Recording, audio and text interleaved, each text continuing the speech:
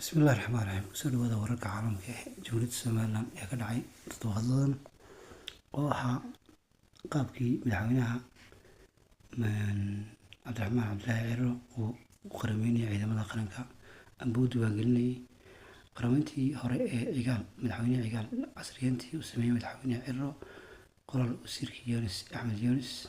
oo maanta waxay qoreen jumhuuriyadda Somaliland uu yahay maalinta taariikhi ah oo bogga cusub u furmay kuna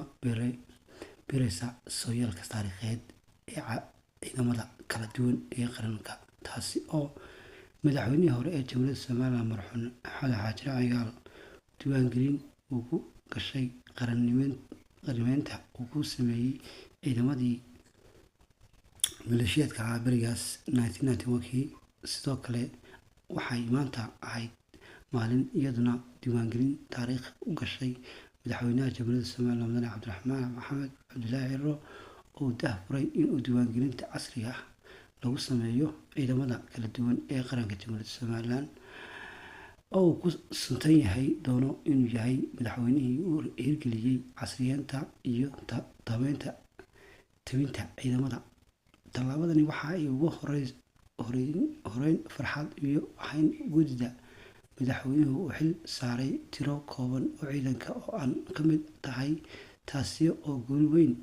noo ahayd in aan maanta la gaarno bilowga hawshan culayska qaybka lahayd ballanqaadkii xukuumadda wadajirka iyo waxqabadka ay la gashay shacabka jamhuuriyadda Somaliland gaar ahaan diiwaangelinta tayeynta casriyeynta iyo xaq siinta qaybaha kala duwan ee ciidamada qaranka jamhuuriyadda Somaliland. Tallaabadani waxa ay ka badan tahay tallaabadani waxay ku soo kordhin doontaa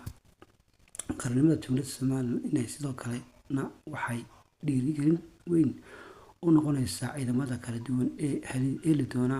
xuquuqda iyo cadaalad iyo loo siman yahay waxaana ay hawshaasi